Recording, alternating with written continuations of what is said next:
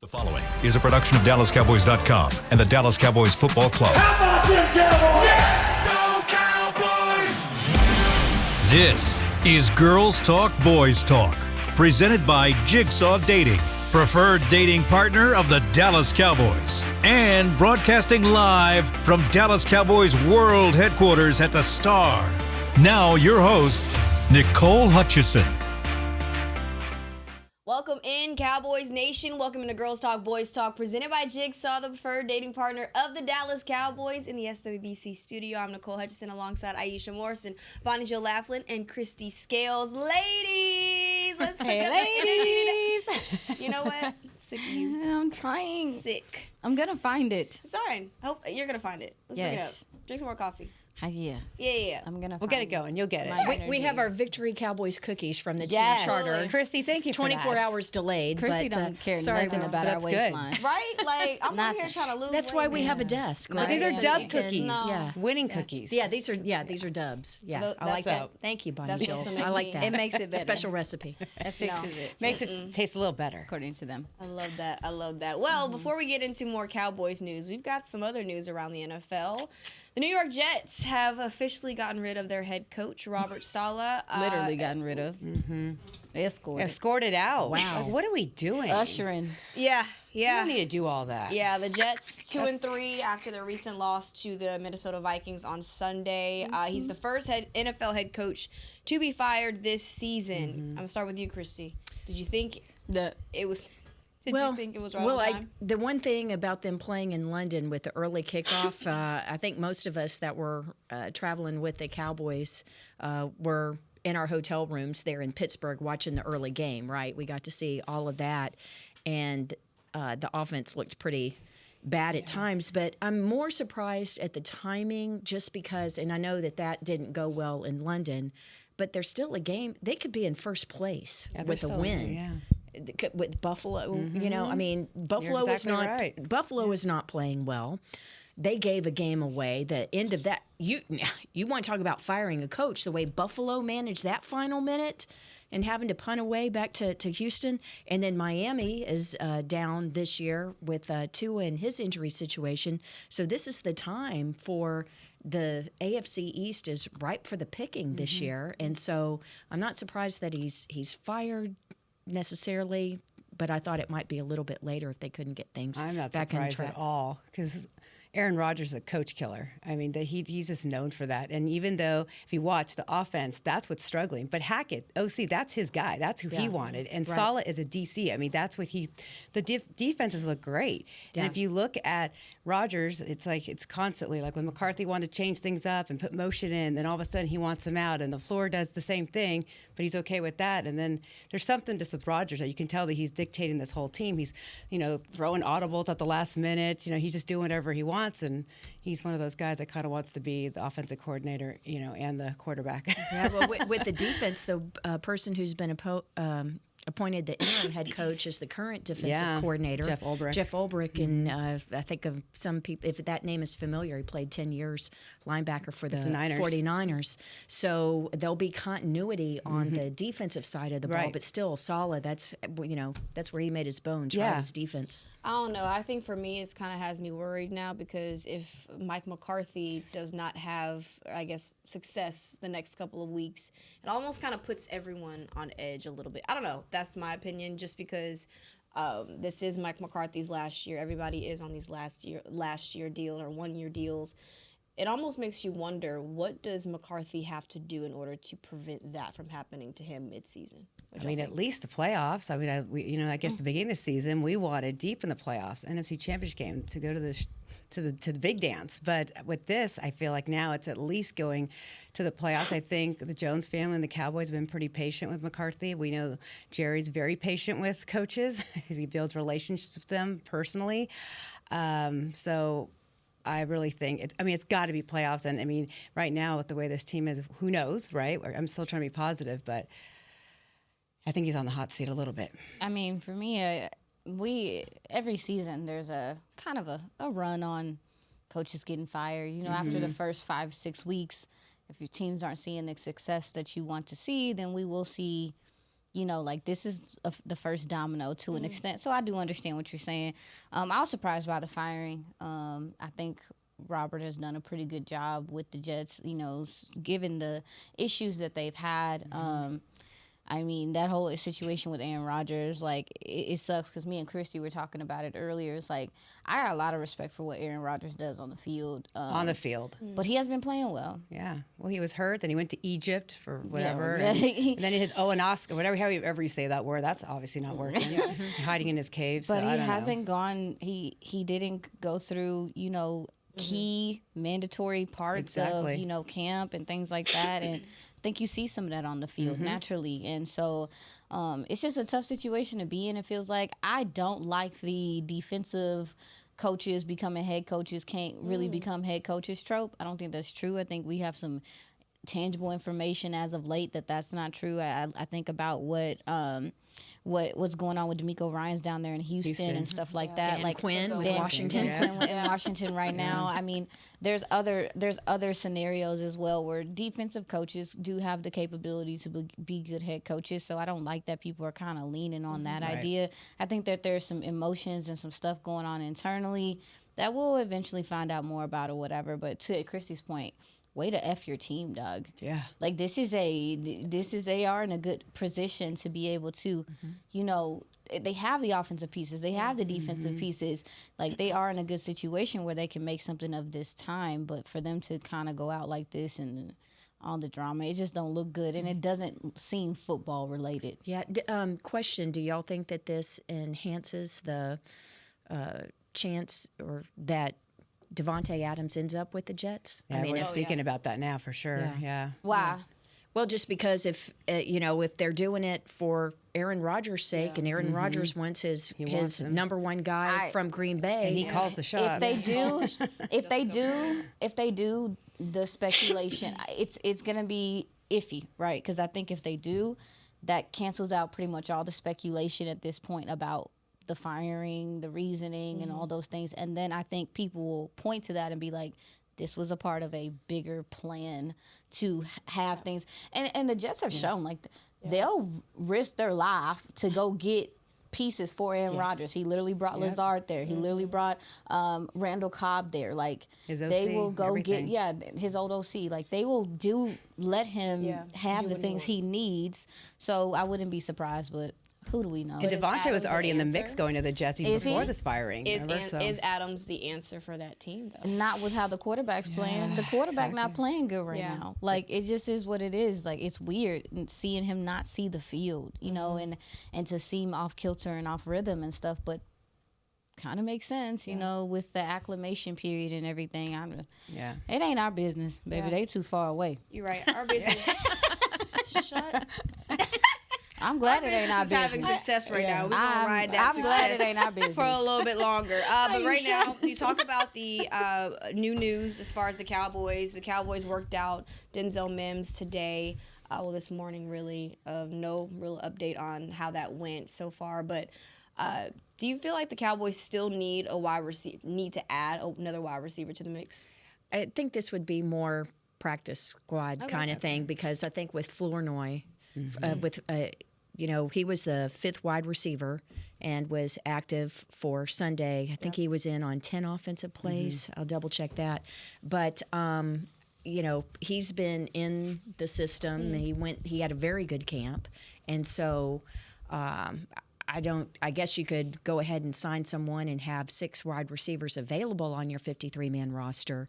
But I just wonder if this was a workout to maybe to add to practice squad or to 53-man, because with these situations that you have with defensive end and cornerback, I don't think you're going to have a 6th wide receiver active on game day, because you're going to need guys on the defensive side of the ball, just like they did Sunday in Pittsburgh. They had to go long at linebacker, and that's why Deuce Vaughn wasn't active. It affected the running back. So you're going to have to sacrifice a couple of active, at least one active game day slot to go heavy on defense because of the situations there. But, Mims, I know there are a lot of folks locally that remember him. At Baylor, and he's from Dangerfield in East Texas. So he's quick, too. He's got some speed, like a 4.3 40. And local kid. You know, he would love to come back of to course. North Texas. That'd be great. Yeah. Absolutely. What you think? What you think, Aisha? They got other things they need to be worried about. I don't know. They got other things they need to be worried about. Yeah. I mean, to your point, Flournoy was out there. He did some good things in the blocking game. Jalen Tolbert has established himself at this point. I'm tired of the prove yourself. What more do you want from this human? I think the crew that they got right now, hopefully they can take some of the stuff they found with Cavante Turpin in the receiving game. Absolutely. If you can combine that, like the speed threat and Jalen Tolbert, the down the field threat that he's kind of becoming, listen, you're fine. I'm good too. Yeah. Just continue to build on that. Continue to make those guys feel like they are included in they need to be a part of the game plan every week. Yeah. Cavante Turpin needs to be a part of the game plan every week. We've seen that. Yep. Tolbert needs to be a part of the game plan every week because trust me, if they keep finding success in that way, teams are gonna stop that freaking shadowing CeeDee Lamb. Like they're gonna literally start freaking out and continue to be able to run the ball. Yeah. So to me, it's fine. You continue to run the ball. Your passing game's gonna open up regardless of who's out there. Yeah.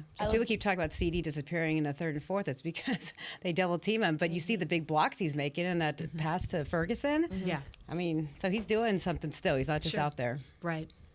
One thing that I actually listened to at the break this morning, and a conversation they kind of weighed in on was if they feel as if Jalen Tolbert will kind of take more of the opportunities or snap counts from Brandon Cooks when he returns. Sure. What do y'all think so? Absolutely. I think you should be looking forward to and it's not a knock to Brandon Cooks in particular. It's just that Brandon Cooks, high possibility he's not going to be here next year. Jalen Tolbert is. Yeah. Jalen Tolbert's going to be here for the next 3 years. Yeah. So, allowing him to build upon that, and because he's eventually going to become your guy, I think you can find ways to integrate Brandon Cooks back into the system. But you earn it. You earn it. Yeah. What they say, Christy? Meritocracy. Meritocracy. Oh, okay. Meritocracy. Yep.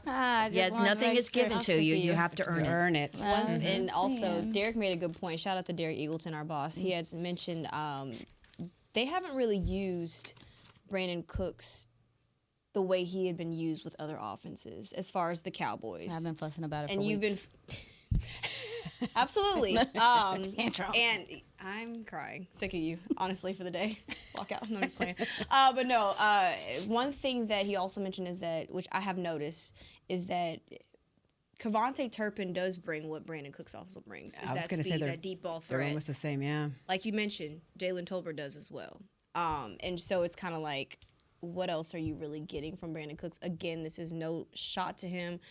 He is an 1,000-yard receiving season guy for a reason, and 6 seasons for a reason. But I think you have so much potential with these young guys that, yeah, I truly believe that Jalen Tolbert could take some of those opportunities. Well, I just like to see Brandon Cooks give him a chance to, and presuming that when he comes back with the need that he still has the speed, but yes, ma'am. Send him on some more deep routes. Put some double moves on there, some route combinations, so that the cornerbacks aren't sitting on his routes. Do you think that they were doing some of the things they were doing before because That's they a were question. aware that he was injured? Because we weren't seeing And then immediately we see Tolbert come in this week, and it's like anytime he's out there, it's typically something deep down the field, or they're doing something just getting him in space. Which, again, to your point, that's what I would think that Brandon Cooks would be doing. So, I wonder if there's some legitimate. Yes, that's a great hindsight, it's like now that kind of makes sense. Because immediately when he's out, the week that he's not there, your passing game down the field opened up completely. Like you made some passes deeper down the field. You're taking shots even so. That to me maybe we'll find out. Hey, can we say one thing that was kind of fun about the pass? Because we were talking about Rico Dowdle yesterday, and great that he got a game ball, and Mike McCarthy got a great ball, a game ball, but. I don't think we talked on the show yesterday about what happened with that touchdown catch. That he actually he was supposed to come back, and he was supposed to come back for it, and when he saw the defender fall, he just headed towards the goal line. He went deep, and it was that communication between Dak and Rico, and them both seeing what happened. And Dak knowing that Rico was going that way, that that was improvisation. Come on, experience. Love that. That's what you need. But that's what allowing him to continue to play is going to do for you. Sure, you're getting in the groove that you were talking about, getting in a feel, being able to read these defenders. You're like, oh, I love that, the game within the game. Yeah. Some guys will just go out there and run the play. Sure, and a younger guy that's not going to recognize it, and and that's the thing. If Rico takes off and Dak doesn't see the same thing, and Dak throws it to the spot where Rico was originally supposed to be, and the guy gets up and intercepts it, then everyone's like, "Oh, Lord Dak threw an interception," But you're right, the game within a game, and so it was really fun to hear Rico talk about that in the post-game. I'm glad you brought that up. Yeah, the game within the game, and nothing happens without those guys in the trenches. We'll be talking about that up next here on Girls Talk, Boys Talk, presented by Jigsaw, the preferred dating partner of the Dallas Cowboys. We'll be right back. It's the official men's skincare brand of the Dallas Cowboys, Jack Black. And right now, Cowboys fans can get 15% off their $75 order. Plus, because every deal needs a playmaker, your order will include a free 5-piece skincare set and free shipping. The Jack Black Playmaker is 4 of Jack's favorites and a full-sized intense therapy lip balm. Make a play for the Playmaker at getjackblack.com/Cowboys with the code CowboysVIP. That's getjackblack.com/Cowboys with the code CowboysVIP. We know that juicy, cheesy, grilled to perfection burger sounds amazing, but it does sound like something is missing. Pepsi, baby! The yin to this burger's yang. Burgers and Pepsi go together like burgers and Pepsi. This perfect blending of flavors makes every bite of lettuce, every sesame seed on the bun, and every sip of that crisp, refreshing, ice-cold cola a journey to Foodtopia. Burgers, better with Pepsi. That's what I like. At Jigsaw Dating, we obviously want the Cowboys to bring that 6th ring home. But to be honest, we're more focused on finding the person who will put a ring on your finger. That's why we created a dating app that reveals your face through meaningful conversation, so you can date deeper. Because it's personality that matters the most, not looks. Join Jigsaw Dating today, dating partner of the Dallas Cowboys.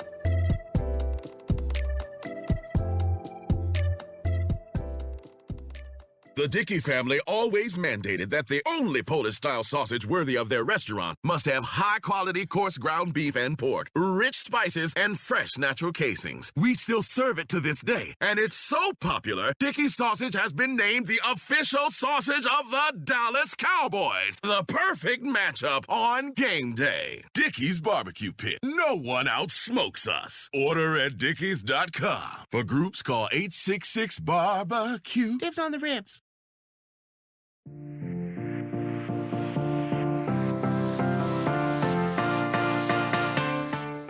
We're talking Monster Jam, the most action-packed motorsports experience in the world, returns to Arlington. Head to AT&T Stadium on Saturday, October 26th for Monster Jam and watch 4 Marvel Monster Jam trucks make their Arlington debut. Tickets are on sale at SeatGeek.com, the official ticketing partner of AT&T Stadium. Woo! That's Monster Trucks. Never been. I've been once when I was a kid. It's fun. Yeah. It is fun. I've been for a long time. I do have a Monster Jam story. So it's the COVID season. It's the COVID season. And so for the away games, remember, we couldn't travel with the team, and most stadia did not have fans at all. Okay.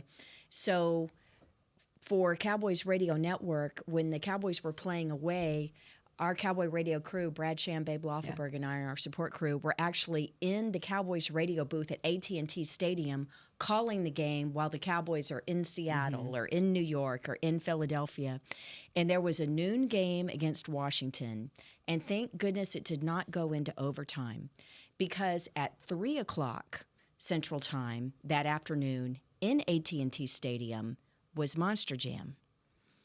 And we just sign off the air. I mean, it's the final play of the game, and within 30 seconds, here comes the monster trucks. The monster trucks all fire up at the same time, and they're loud. And you could not hear a thing. So we would have been ostensibly drowned out by all of the monster trucks if that game had gone one more play. If it had gone one more play. So, but anyway, I stayed and watched it, and it was a terrific event. Yeah, they're fun. Love that. All right, ladies, I've got to start with this. With Cowboys offensive line. We briefly touched on a little bit with Tyler Guyton yesterday, but how much grace do y'all feel like we should continue to give Tyler Guyton, because he is a rookie, but it's been the same consistent things, holding penalties, oversetting a little bit too much. How much more grace do you feel like he needs to get? Why y'all look at me? I'll start with Christine. Oh yeah, he's going to get the grace. First round pick, great talent, and then the draft stock. And I think everyone. Well, we can't really say with Pittsburgh because he went out early in the second quarter. But these are growing pains of playing a rookie.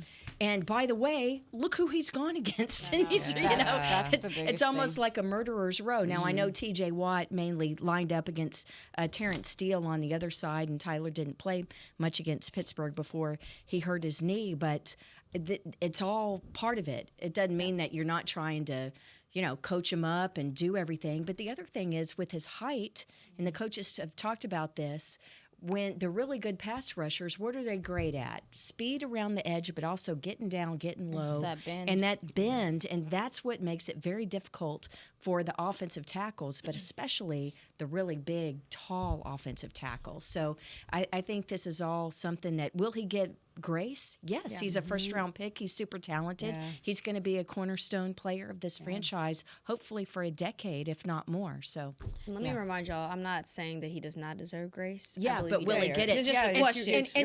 And you're asking no, from us and from the organization, not necessarily fans and media who are going to be critical. And also, Zach, good thing we had Zach for Cowboys Hour yesterday, so I had a chance to actually ask him about that, because this is a guy who is literally one of the least penalized guys in the league. And so I'd asked him, like, what's the key to staying disciplined? He said, of course, it's technique and fundamentals, but he said, like, when you're run blocking, he has a pretty good sense of what it's like to hold and what officials are pretty much looking for. So it takes time.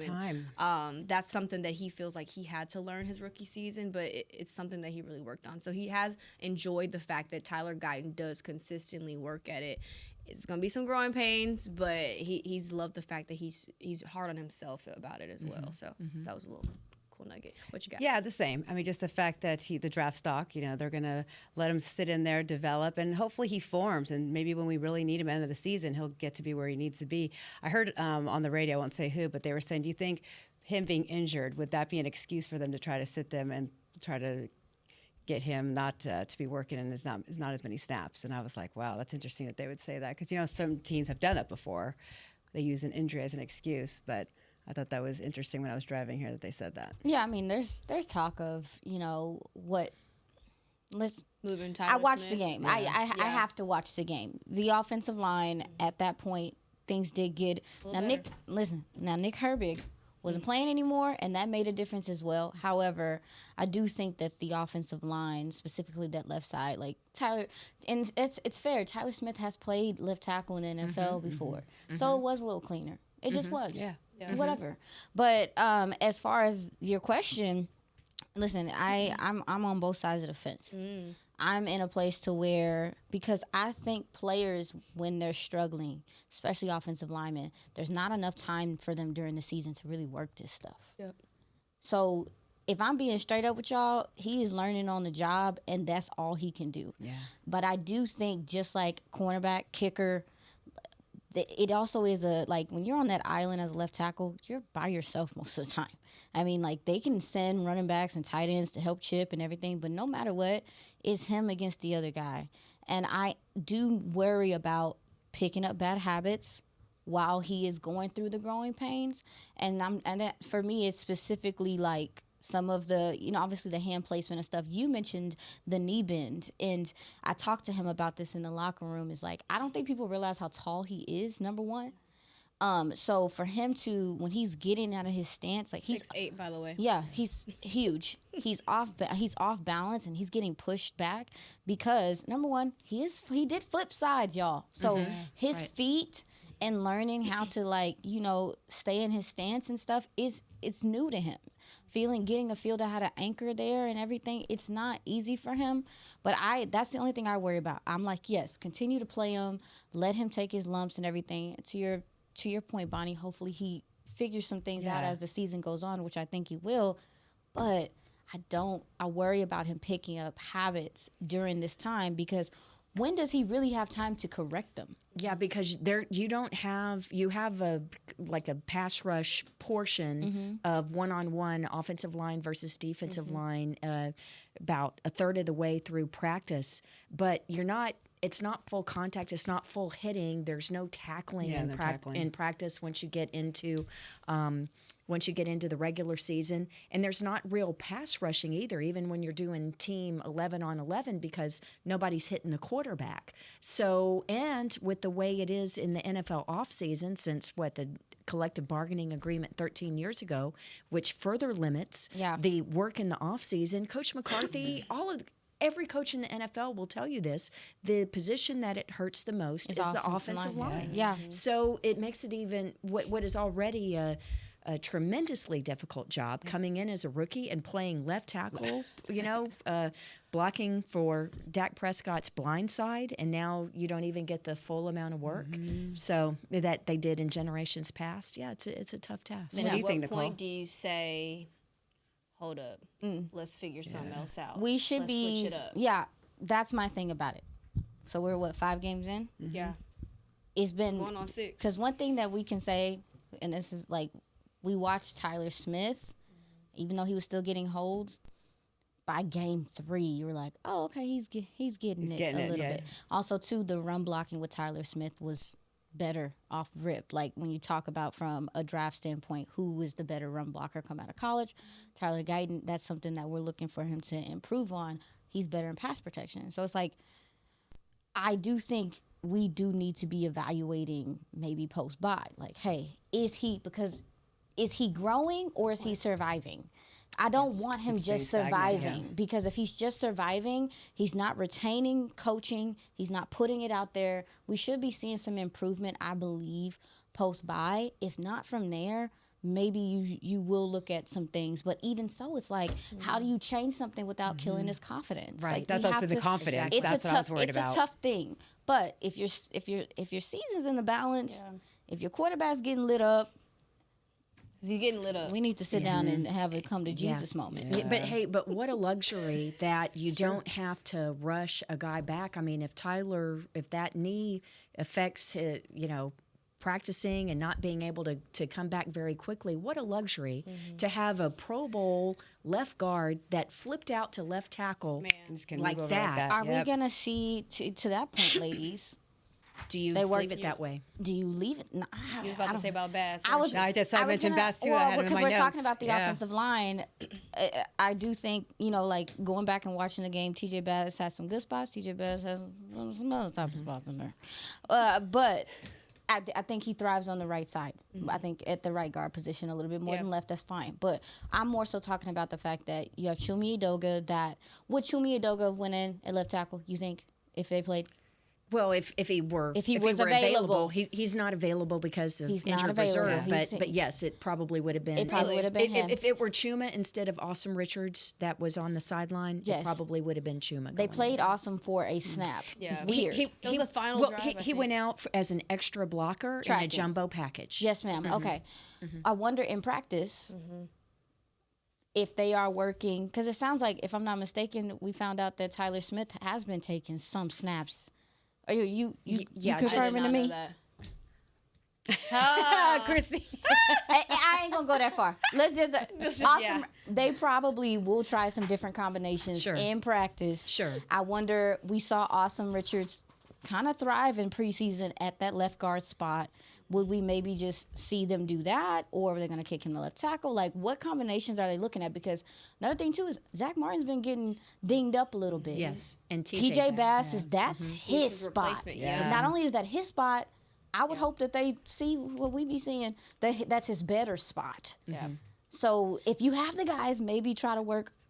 But you also have to think about Brock Hoffman, too. You also have to think about Brock Hoffman if he's going to be that backup center or if you want him to be that swing guard. He gets both in practice. Yeah. Let's just say that's what I'm saying. There's so many in general. releases. I'm not saying what I have seen recently. We ain't seen in general. Generally, we're just talking. Just talking. Yes, the backups especially will go in and work some of the different spots, because knowing that they could play 2 or even 3 different positions. Now, it's only a few reps, but it's a few reps. Yeah, exactly. What you think? Yeah. What you got, Bonnie? TJ Bass, that's what I had my notes to try to figure that out. Figure out where he's going to be. Yeah. So are we going to, in regard to this game that they just played, though, I liked so many of the things that this offensive line did. Yeah. It's crazy how chaotic it was because people were kind of going in and out and things like that. But we talked about the combo duo stuff, the bubble screens, the motions, like they did the orbit motions, like the seam routes, but specifically with the run blocking, I felt like Mike McCarthy utilized some of the things that these guys do well. Like you have athletic offensive linemen, you have some powerful ones. They did a good mixture of different things. And I will say that I think that this offensive line is starting to get it a little bit. Lord Jesus, you're going to find out this week. We will. Because, baby, they got a little piranha over there. Oh, my gosh. Aiden Hutchinson. Just won NFC Defensive Player of the Month. Like that. One thing about Detroit, we talked about Detroit. After you see Detroit play a game, baby, go look at the injury report for the next team. Yeah. Everybody be dinged up. I'm telling you, I bless the schedule makers for making us have a bye right after playing them because they bite kneecaps. They play really physical football. So this offensive line figuring out some things was cool to see. I agree. I wanted to just say Great. We didn't talk about all the rotations. It's getting better. Well, you know who else figured out some things? Who did it? This defensive line. We're going to be breaking that down. Up next, here on Girls Talk, Boys Talk, presented by Jigsaw, the preferred dating partner of the Dallas Cowboys. We'll be right back.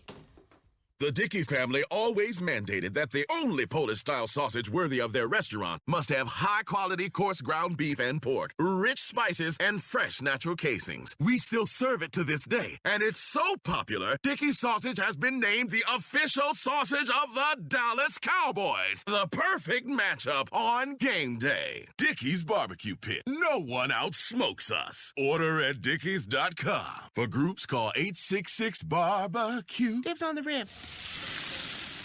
We know that juicy, cheesy, grilled to perfection burger sounds amazing, but it does sound like something is missing. Pepsi, baby! The yin to this burger's yang. Burgers and Pepsi go together like burgers and Pepsi. This perfect blending of flavors makes every bite of lettuce, every sesame seed on the bun, and every sip of that crisp, refreshing, ice-cold cola a journey to Foodtopia.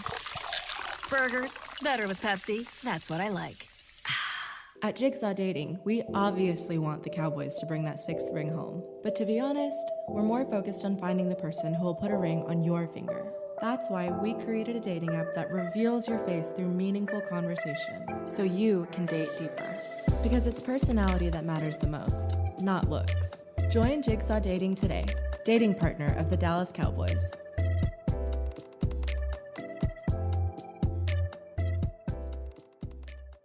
It's the official men's skincare brand of the Dallas Cowboys, Jack Black. And right now, Cowboys fans can get 15% off their $75 order. Plus, because every deal needs a playmaker, your order will include a free 5-piece skincare set and free shipping. The Jack Black Playmaker is 4 of Jack's favorites and a full-sized intense therapy lip balm. Make a play for the Playmaker at getjackblack.com/Cowboys with the code CowboysVIP. That's getjackblack.com/Cowboys with the code CowboysVIP.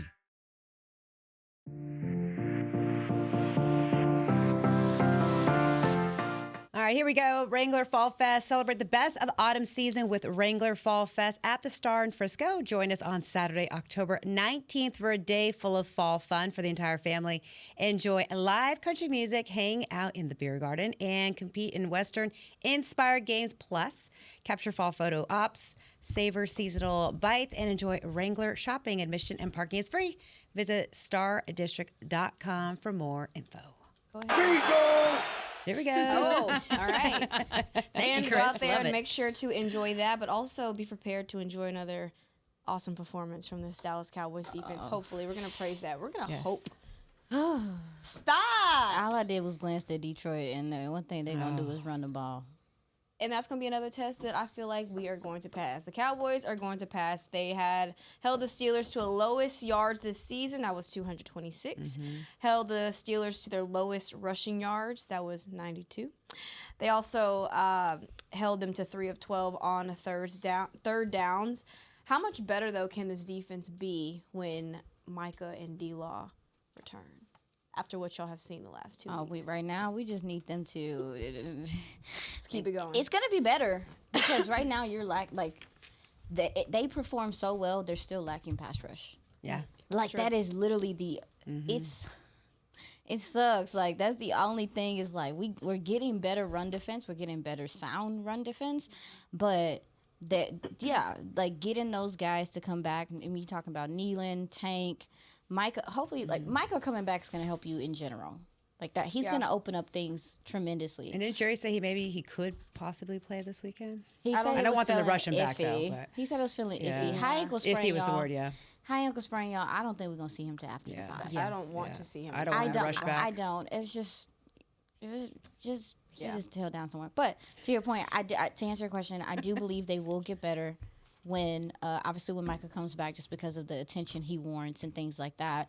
But then also, too, when those other gentlemen come back and Marshawn Nealon and Tank later in the season, if you found out you can play sound run defense and then you can actually rush the passer, it should open up things. It would be nice. No? It'd be exciting. I think so. I was impressed with Chauncey Goldston. Yes. Sorry. Chauncey. Yeah, Chauncey played very well. There was one play, the incomplete to Connor Hayward in the first quarter. Yeah. That was where he got pressure, a little bit of pressure on Justin Fields, but he was working that right tackle. I'm not going to lie to you. Broderick Jones, I was kind of impressed by Chauncey Goldston. I think with his ability to be a pass rusher, and again, I think I mentioned that earlier last week, and his ability to kind of rush the passer from the inside and the edge, that could be really useful for this defensive line. Yeah, you can't play I thought they played the RPO really as good as you can play it. Like, I mean, and here's the thing. A lot of time, it's just the threat of it that makes guys nervous, right, Christy? Like, especially those edge guys, like, because you're reading him as he's making the decisions. So, and we know with Justin Fields, like, he's not, we talked about it, you talked about it last week, it's like, he's not just trying to escape and run. Yeah. He's trying to escape and make passes. I thought they contained so well this game. And, it's just good run defense, not that much. And it was a pass group rush. effort to me when I was watching it. It seemed like everyone kind of pitched in to win, gritty, and I really liked seeing that they were able to put it together because we were all a little bit nervous about it, and they made it happen. Yeah, but just such a tougher test when you look at this Detroit Lions it's different than the offensive Steelers, line because the Steelers that was an issue for the first 4 games for them, offense, and so many injuries. But look at the investment that the Detroit Lions have made in their offensive line. They have the first round pick Penei Sewell, who's been a star since he came into the league, and so much so that they gave him a contract that they're paying the right tackle an average of $28 million a year. He got $85 million guaranteed in the offseason. They should have their very fine center, Frank Ragnow, back. He had been questionable injury status, and they're coming off their bye. So yes, I know. Yeah, pectoral.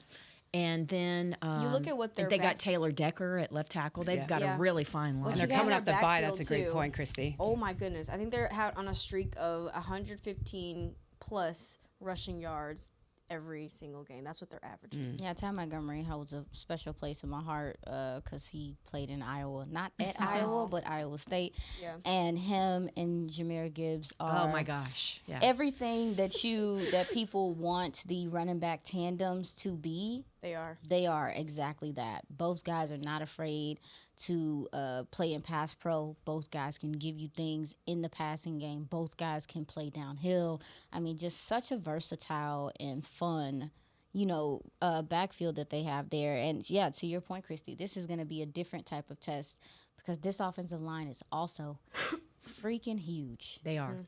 These are some big people. So you're going to... we talk about, how the defensive ends and everyone kind of played disciplined this week. The Steelers don't do a whole bunch of fancy stuff, so I think it was easier for them. The Lions do. Yeah.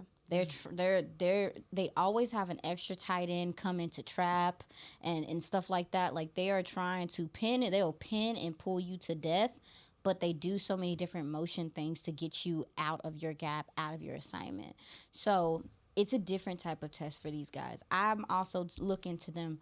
You can't, if you're not going to be able to get pressure, I don't think you're going to be able to get pressure with. I would hope so, but it's going to be really hard to get pressure with this offensive line. I think you got to attack. You mean them. with just the front four? Yes, ma'am. With just your four defensive linemen? Yes, ma'am. I think you're going to have to manufacture it, and maybe manufacture it not on third down. I think that you might have to catch them early in downs to put yourself in a position. Because if not, this is the type of team that can line up like the Saints and just run the ball at you. So let me ask you something. What is something that you defensively you want to see them carry over into this Sunday? What you got? Bonnie Jo? Sorry, I was looking at the depth chart for the Lions. Say it again. It's a baby. It's a depth chart. Yes, they have depth. Yeah. What do you want them to carry from the Cowboys defense from what they did with the Steelers to into this game? I mean, there's so many. I mean, obviously the confidence that they have. You know, I think that, like I said, the team unit they were able to provide for everyone to kind of contribute. Obviously, our corners. Are we talking about just the line or talking about defense as a whole? Defense as a whole. Oh, okay. And our corners. I mean, they really shut them down. I was really impressed with how much they were able to do. I know Pickens didn't have a great game, as Jordan would say, but there was a lot I thought the corners did, the linebacker. I mean, everyone I thought played their role. I know it might have been not a great offense with Pittsburgh, but I did see everyone kind of contribute and play their role and pay attention to details is what I saw. Yeah, What you got? I was impressed with the safeties, with Malik Hooker Yeah. specifically, just because Amani Oruwariye. Let's go! Way to go, Nicole. You did it. Sorry, I was really happy about that. But yeah, no, I think there was actually a couple of plays that I saw where Amani was getting beat. Like, they were testing him just because of the fact that, one, you don't have your starting other corner in Kalen Carson here. So they were really trying to test him, but he really got beat, and Hooker was there every single time to help him. So I was impressed with the way, and also Hooker almost had an interception too, but he dropped it. I'm gonna need him. I'm gonna need him to hold on to the It ball. is a happy birthday ball. Like, It is literally free. They are trying to make your day. They are trying to make you smile. Just take the ball away. yeah. Yes.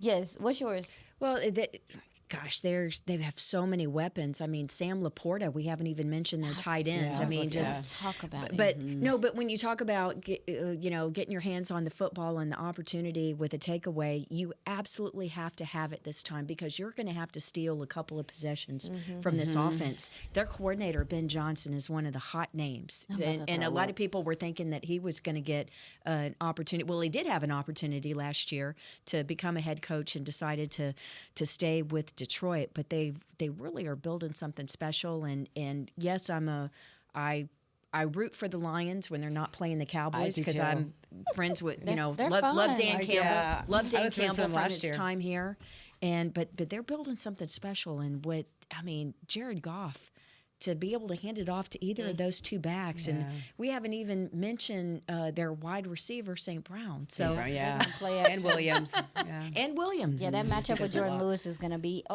bomb. Yes, I think so too. They're going to play action you to death. So get ready. My rollover thingy to next game from the defense, I am looking for Carlos Watkins, Linval Joseph, Oso Odigizua to carry over some of the things they did in this past game, to this game. I mean, Linval Joseph is an older guy. We saw him do some things, getting some penetration, holding up some double teams. Carlos Watkins is shown to be a formidable rotational piece to give guys breathers and for it to not be that bad of a drop off in his ability and things like that. You need them to continue to give you something.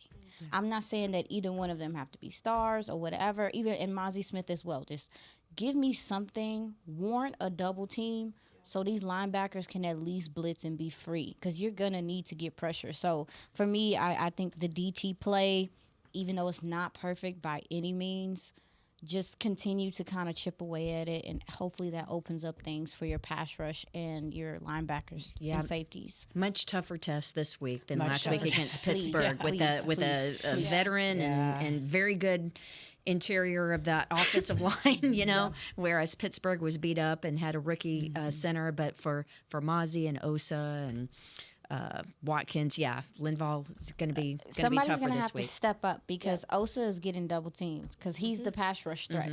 Yeah. He is. He's the 3 tech. So it's like somebody outside of that is going to have to take on the responsibility for these double teams and stuff so Osa can get the penetration you need up the middle, because you're also not getting that like that. So that's another reason why it's harder on your edges, because nothing is collapsing. And this guy, that Jared Goff, will toss that thing around all day. So pray, Saints. Well, he set an NFL record of most completions without an interception in week 4 before the bye week. So, yeah, I certainly don't want to see that. It's going to be fun preparing for this game. It's going to be a fun game. It's going to be fun. A lot of fun, and we'll be talking about it on Wednesday, on Thursday, and on Friday. So make sure to stick with us all throughout the week because it's going to be a lot of fun. But that is all we have for today. This has been fun. We'll see y'all back here tomorrow. Yeah. This has been a production of DallasCowboys.com and the Dallas Cowboys Football Club. How about this, Cowboys? Yeah!